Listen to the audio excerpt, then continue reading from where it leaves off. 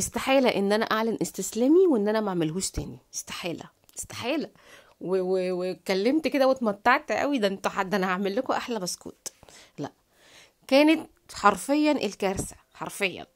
هنا معانا 250 جرام المفروض، يعني 250 جرام من السمنة الساقعة، 150 جرام من الدقيق، لا مش الدقيق، السكر المنخول ده او اللي هو المطحون، بيضة مش شرط بقى بحرارة الغرفة بحرارة التلاجة اي حاجة، ما كده كده الحاجة هتبوظ الحمد لله.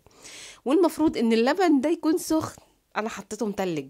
يعني انا مش عارفه انا كان فين مخي فين. طبعا معانا الفانيليا والبيكنج باودر اللي انا كترت فيه، واسانس شادية الا وهو اسانس الحليب. معايا طبعا 400 جرام، والمفروض ان هم 400 جرام من الدقيق، يعني بتاع 3 كوبايات. حطيت بقى السمنة على السكر وفضلت اضرب ثم اضرب ثم اضرب، واللي هو بقى ايه، مكنتش متوقعة ان الدنيا دي تحصل لي. ليه يا ربي ليه؟ فالحمد لله.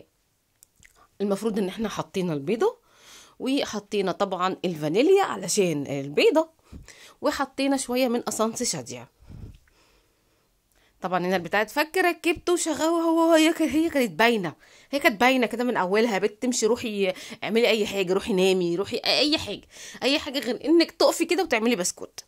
حطيت بقى المفروض هي معلقه صغننه من البيكنج باودر، انا حطيت ربع المعلقه الكبيره اللي انا مغرفه، ربع مغرفه حرفيا.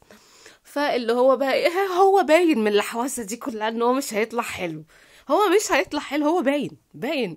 فالعجينه قفشت القفشه دي. المفروض ده بتبقى كريمي زي السنه اللي فاتت كده لما عملته مع نفسي. معرفش هل ده نبر في القناه منبوره فيها والحاجه بتطلع معايا مش حلوه والتصوير مش حلو والحاجه مش تمام، ولا هل ايه، هو انا مش عارفه.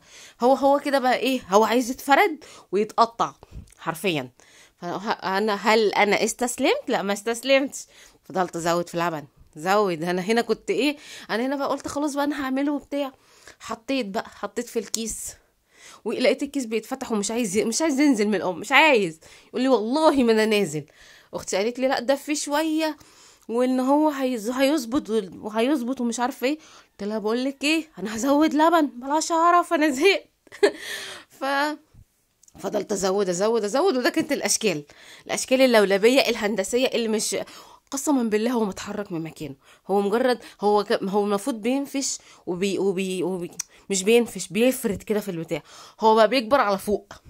بصوا عامل ازاي، مش قرص، لا ده انا اغلط كده في حق القرص، ده حاجه غير القرص خالص. انا حتى لو هقول عليه فايش، ده انا كده بغلط في حق الفايش.